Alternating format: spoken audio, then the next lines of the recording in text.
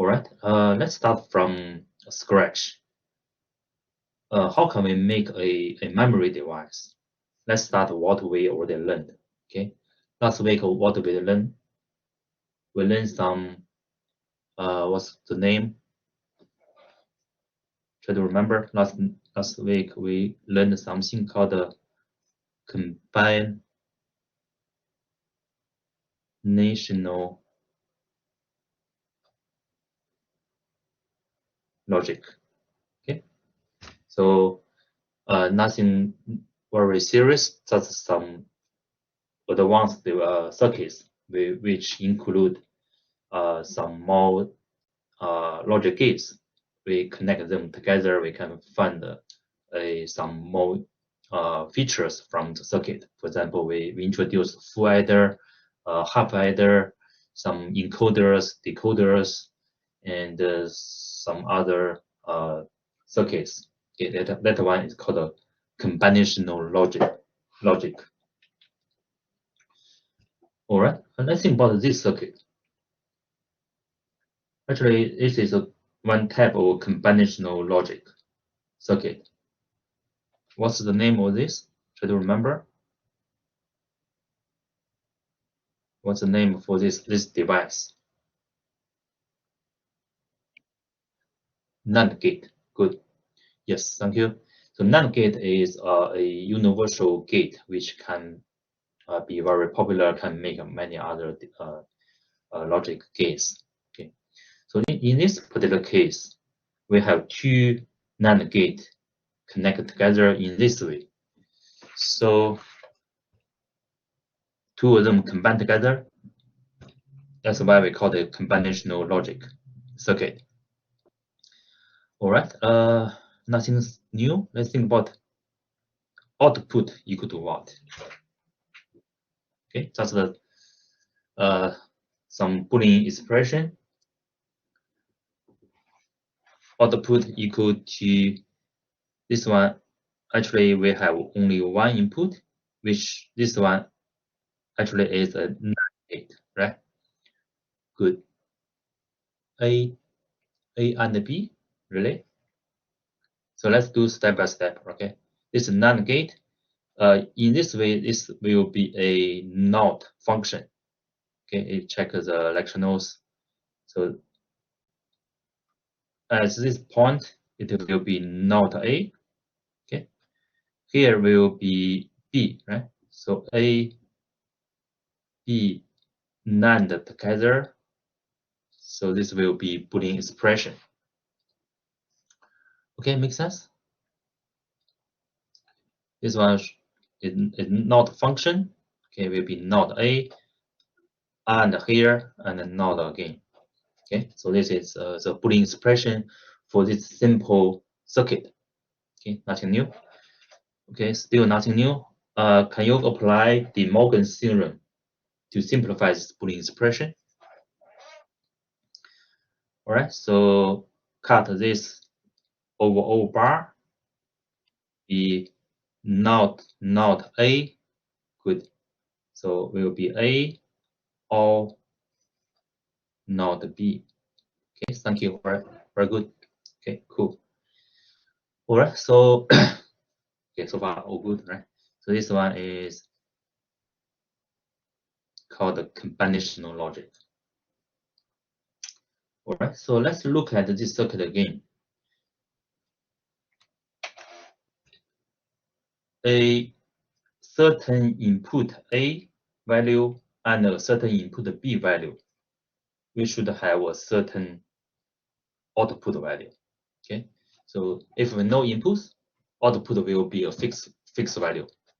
Okay, so input determines output conditions.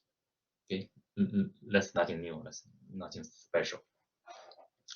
All right, let's think about something special now. Okay, listen carefully. Okay, from now on, a little bit tricky.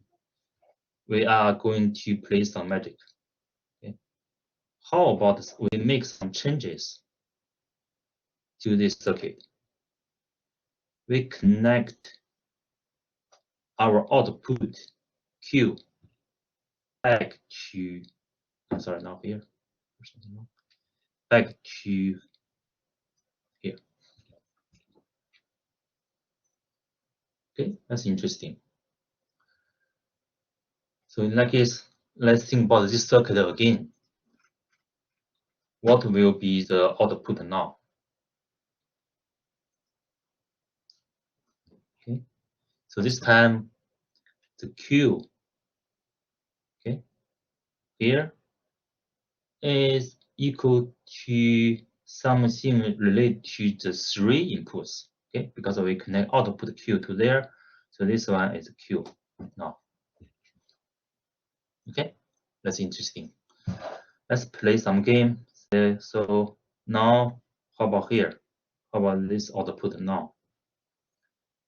Will be Q and A, okay, and NOT, okay, will be somewhere here. And this final result will be now NAND with B, okay.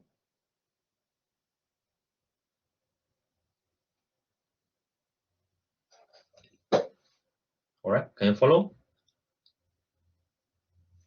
Okay, 3 inputs, right? So this one is 2 to be NAND. Then the output, this will be output NAND B again. All right. So then we just play with De Morgan's theorem, break this one to there, something. Okay, just do some more calculation. Answer will be this. Okay, am I right? Okay, yeah, I'm right. So that break, this one is double bar, will be no bar, and this one will be 1 bar to the B, and will be all gate. All right, so let's think about this Boolean expression here. We have a variable Q here. We have another variable Q there. So it sounds very strange, right? Why we have 2 Qs there? So this one related to today's topic is related to some sequential, okay, circuit.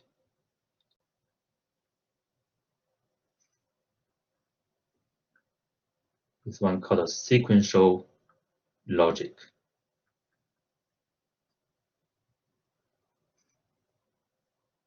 And this is a big one we are going to discuss in the coming chapters. So what does it mean sequential logic? So to determine the Q value, we need to know the previous Q value. Okay, so the previous Q value will determine the next Q value.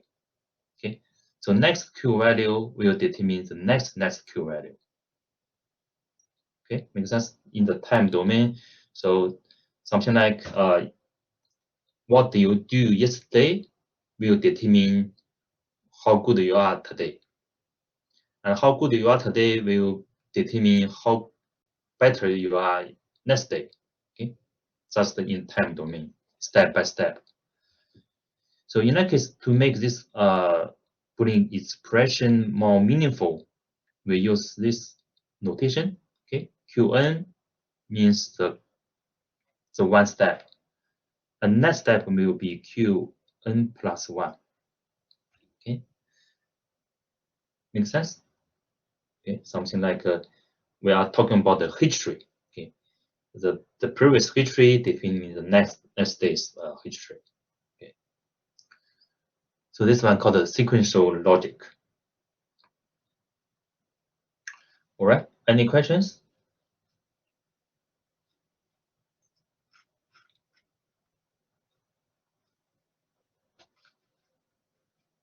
So this topic is very important.